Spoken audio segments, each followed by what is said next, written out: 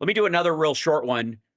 This is Tim Burchett from Tennessee. Now, who gives a shit about Tim Burchett from Tennessee? I agree. Maybe the people of Tennessee, but only just barely. What I would say is that, if you'll recall, Tennessee is where Elon Musk has his giant crypto mine posing as an AI facility. And he's getting, funding and support from the Trump administration by pretending it's an AI facility when it's really just a fucking crypto mining thing. And they're trying to make the government buy a bunch of crypto to guarantee its worth past a certain point and legitimize it by making it part of a government fiat currency. So anyways, he goes, Burchett says DOGE effort just starting after Musk meeting. Haven't even really cracked the nut. We wanted to ask you about Elon Musk's message in there. What did he talk to you guys about? What was sort of the main message? Mostly that, dumb people are outbreeding smart people, and it's something about a technocracy, and Hitler was misunderstood. I mean, I really wasn't listening, quite frankly. Well, we talked about specifics of areas that I don't want to discuss the specific parts of it, but... Yeah, don't talk about the specific parts of the specifics. Just speak generally about the specifics, or specifically about generalities. That's what I love about this. It's the transparency. It's very encouraging of the things that he's disclosing and where he's headed with this, because they haven't even really cracked the nut. You've got education in the Pentagon that are out there, and first of all, the education funding isn't going to go anywhere near. You could get rid of the Department of Education entirely, and it's not going to do anything to the federal budget shortfall. And there's no fucking way they're going to let him comb the books in the goddamn Pentagon. Sorry. Not going to happen. You know what time this thing started? I know what time it ended. Right now. Is there any sort of conversation or pushback, from folks who are getting questions at home? They're going to push back because you've got congressmen on both sides of the aisle that, if they follow that paper trail, it's going to come back to them. You got their wife and or girlfriend that works for some agency, quasi. Oh, I see. So, does Marjorie Taylor Greene have a girlfriend now? Is that what? Agency or some business, and I'll probably get a. Well, why wouldn't I'm probably gonna say because I said woman, I'm gonna get canceled. Primary for saying that, but that's the truth, and we all know it. And this town's crooked as a dog's leg. Somebody's gonna straighten it out. Looks like it's gonna be Elon Musk. This town's crooked as a dog leg. Look, how do I know? I'm here. Okay, government can't do shit. Right? Look at me.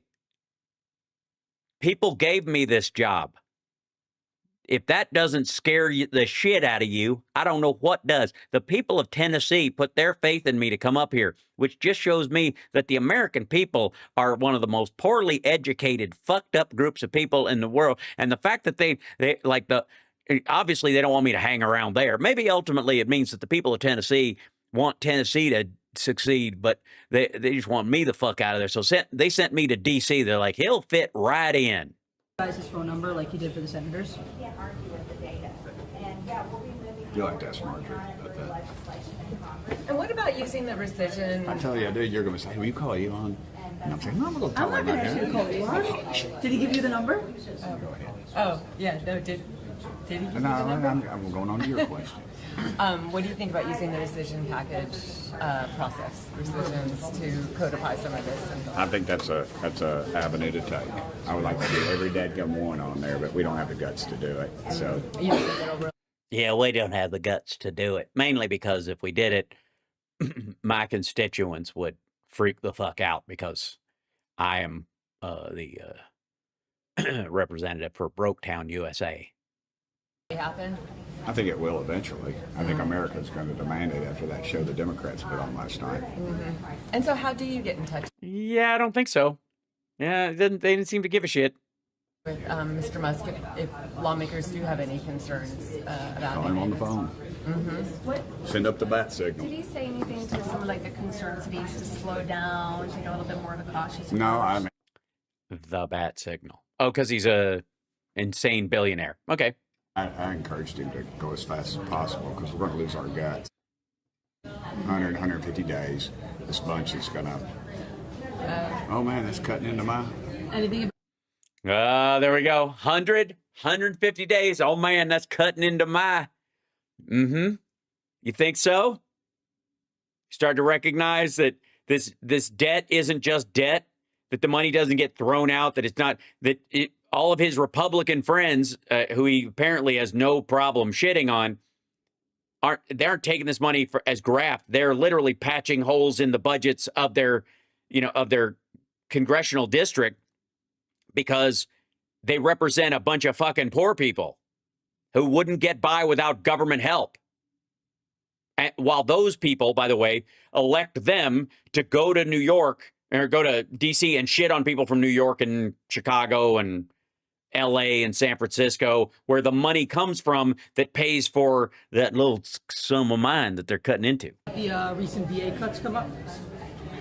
No, other than well, we primarily discussed. We broke down some of the aspects of the people that are 100, 150 years old, that are, and people overseas that are out of the country that are drawing a check, and how much that is, and just how substantial that is.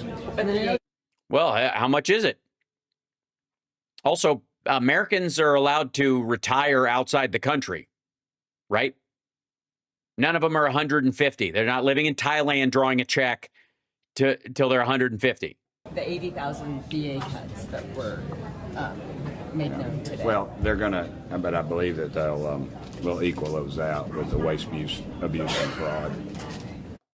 Yeah, totally. We're going to find enough fraud to rehire all the people we fired from the VA. And people start going back to work, I think that's going to take care of some of that. And the ones that choose not to, that'll come off that side of the ledger. thank you. Any talking about Is that codifying? a new dude? You doing something different? I've curled my hair. Thank you. I got girls. I noticed that stuff. And I found out who that Lily Pulitzer was pretty quick. Was there any conversation in there about codifying the DOGE cuts? And about did anyone say that they I don't wanted know about it? him there, but when we that's what everybody talks Did anyone about. say that they wanted that in the CR though, even though Johnson's already said it's off the You table? talking about meeting with the president today or with Elon? Elon. Well, he doesn't. He's not going to make a decision on legislative type things. That's going to be up to us. Again, it goes back to that guts thing that we lack. But did anybody? I would in like there- to see it. I would like to see it as soon as possible. Did anyone in there say that they want to? Yes, that could happen. Okay, so what he's realizing is that vast majority of the stuff that they're claiming that they've made as far as cuts is gonna be fucking pocket change compared to the budget. And if they're gonna make any substantial cuts, it's gonna have to go through Congress. And there's a reason why those cuts weren't made before. They weren't ignored. It's not that people don't know where the money is going. They know exactly where it's fucking going. They just don't get any points by going back to their constituents and going, hey, we got a huge country here. It's the most important country in the world. And of course our budget and our government are big because America is huge. We got 340 million people, but we are the biggest economy by far. We're the biggest military by far. We're the biggest point of industry on the whole fucking planet. And so, of course, our government's going to be more expensive. But we also get hit by natural disasters, and we have to pay for them and deal with them. Otherwise, if a storm blows a hole in your roof and you don't patch it, then black mold's going to claim the whole fucking thing. And so every time we get hit with something bad, we borrow money to fix it. And that's what we've been doing. We've been borrowing it from ourselves in terms of the Social Security trust fund. But we're not, nobody here doesn't know where the money's going. They just don't want to cop to it. And here's what you're going to learn. 95% of it is totally fucking necessary. And the 5% is a pissing contest between the two sides. And the amount that everybody agrees on is waste, fraud, and abuse is going to be this fucking big. It ain't going to solve the problem.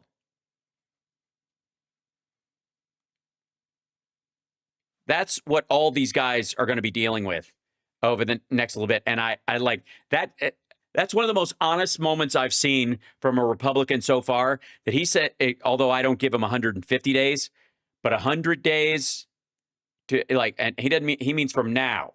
So I would argue the end of Trump's 100 days, or what he thinks is probably 50 days past that. They're in deep shit, and they know it.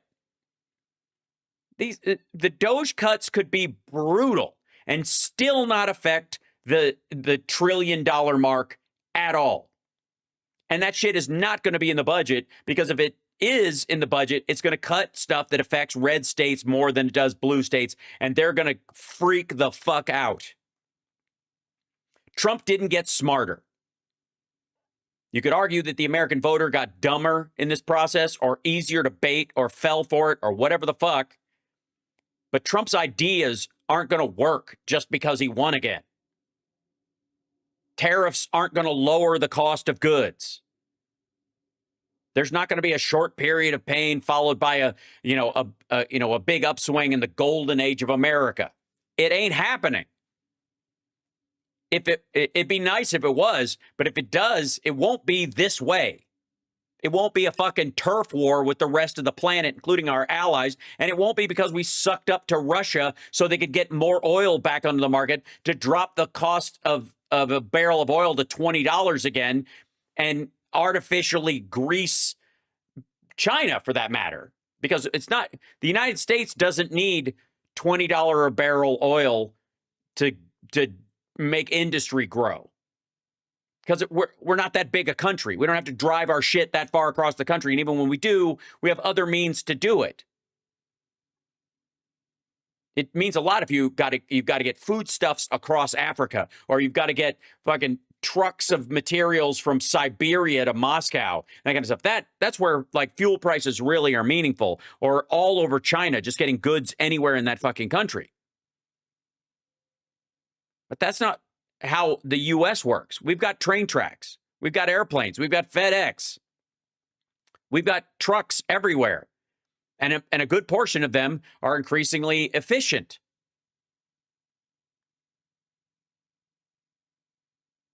So if oil went to zero, it still wouldn't change the fluid ingenuity and the material growth of our economy. Especially as people end up working more from home.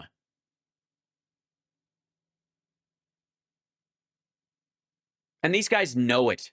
Republicans know it. Well, okay.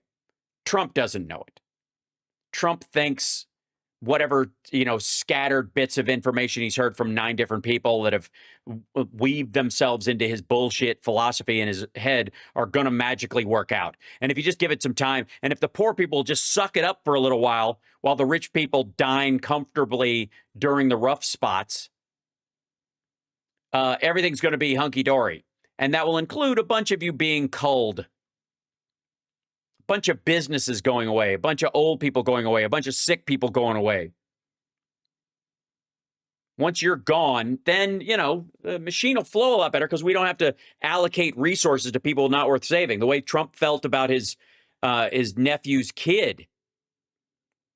It's like, why don't you let him die and buy a condo in Florida and just move down there? Stop spending all that money trying to keep him alive when you could use all that money to buy a piece of real estate. That's the mentality. And that's what he's extrapolating across Social Security. Trump doesn't believe in Social Security. He knows it's necessary as a political thing to shore up a big bunch of maggots. But if given, half a chance, he'd eliminate all of it and go, well, let them all croak.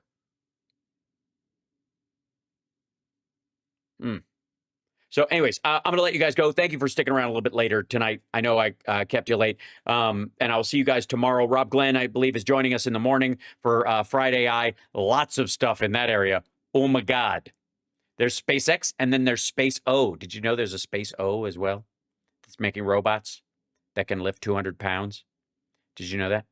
Did you know that basically no one's going to be coding for a living next year at all? anybody who's studying coding or did for the last decade is going to be looking for a job. I recommend them being mechanical engineers for large infrastructure projects and robots and machinery and that kind of stuff, because that's somebody's going to physically have to put that stuff together. So that's the one thing you're going to be able to do.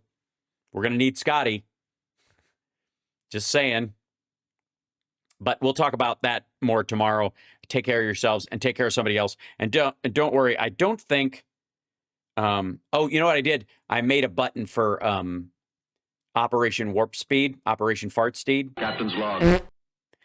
Finally, so that I don't have to push 2 buttons. I was very proud of myself, because we're going to be talking a bunch over the next little bit, probably on the Saturday radio show, about how one of the people who's in charge of DOGE and is working at the DOGE organization is a friend of Jared Kushner's, who helped run Operation Warp Speed. Captain's log.